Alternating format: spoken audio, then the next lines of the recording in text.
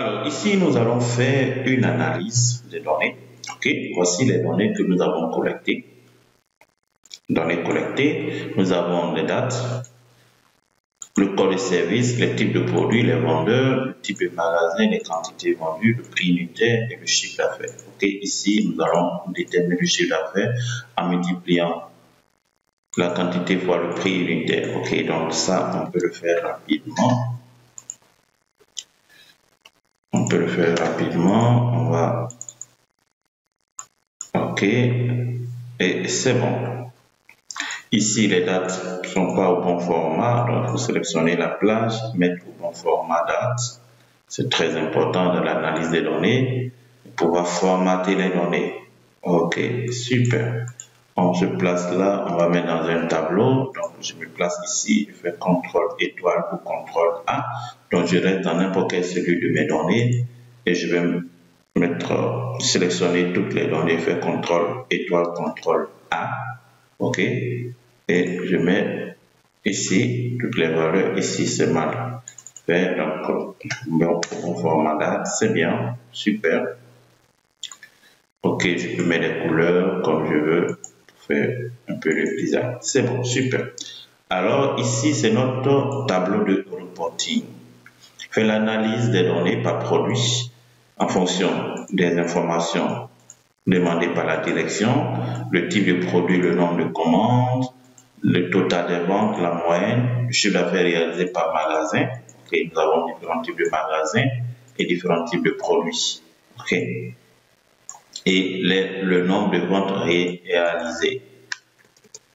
Ok, donc on va aller très rapidement. Ici, créer une liste déroulante des produits. Nous avons les différents produits qui sont à ce niveau. Donc, je vais d'abord sélectionner tous les produits et je vais supprimer les doublons pour avoir le produit unique. Donc, je crée une nouvelle feuille, je vais copier d'abord la plage des produits, je vais coller ici, créer une nouvelle feuille coller, je vais aller dans données, supprimer les doublons, ok, supprimer les doublons, je vais dire mes données comportent des entêtes puisque ici l'entête c'est type produit, je coche ici et ici est coché, je vais supprimer les doublons et ça va rester que ces produits. Donc ici j'ai une liste, donc c'est la liste des produits. Aussi je dois créer la liste de magasins. Ok, je sélectionne, je fais la même chose sans réfléchir. Je sélectionne, je vais dans la liste, la feuille liste, je vais coller simplement les magasins, je sélectionne le magasin, je vais dans données, supprimer les doublons, mes données comportent des entêtes, c'est le type de magasin et ok, j'ai la liste ici et je peux créer ma liste déroulante rapidement. Je sélectionne cette plage, je vais aller dans données, validation des données.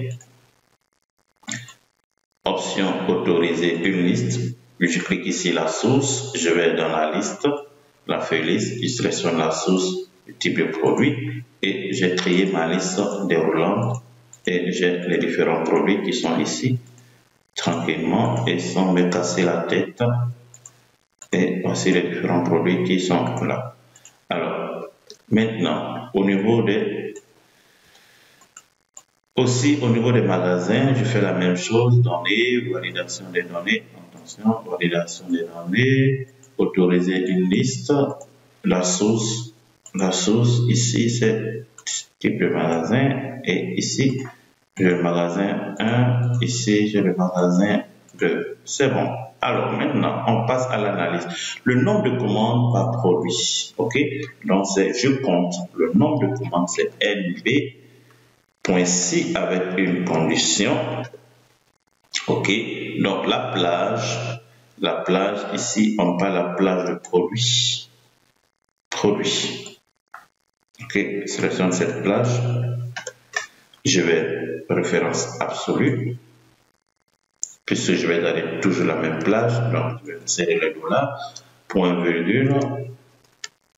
Alors ici le critère c'est le type de produit, donc le nombre de produits commandés qui est à supprimer. Il y a combien de commandes à supprimer? Il y a 6. Et je tire la formule et j'ai les résultats ici tranquillement. Alors le total, on sélectionne tout ça, on va automatiser les choses. Je fais Alt égal et j'ai le résultat. Ici, le total des ventes, il sélectionne toute la plage, total des ventes avec une condition. Je fais la somme des ventes avec une condition. La plage critère, notre critère c'est produit, donc type de produit. Je sélectionne cette plage d'abord. Référence absolue, parce que je vais garder toujours la même référence dans toute ma formule. Insérer le dollar, je passe au critère. Le critère ici c'est ce produit. Et attention, point virgule, et la plage de somme c'est chiffre d'affaires. Je ferme la parenthèse de la fonction et je valide. Alors, normalement, je devais valider par entrée, contrôle entrée, pour insérer toute la formule dans la plage de sélection. La moyenne des ventes. Alors, on fait la moyenne avec une condition. Donc, avec une condition moyenne ici. Ici, la moyenne plage. Donc, c'est le type de produit. Donc, ici, il faut juste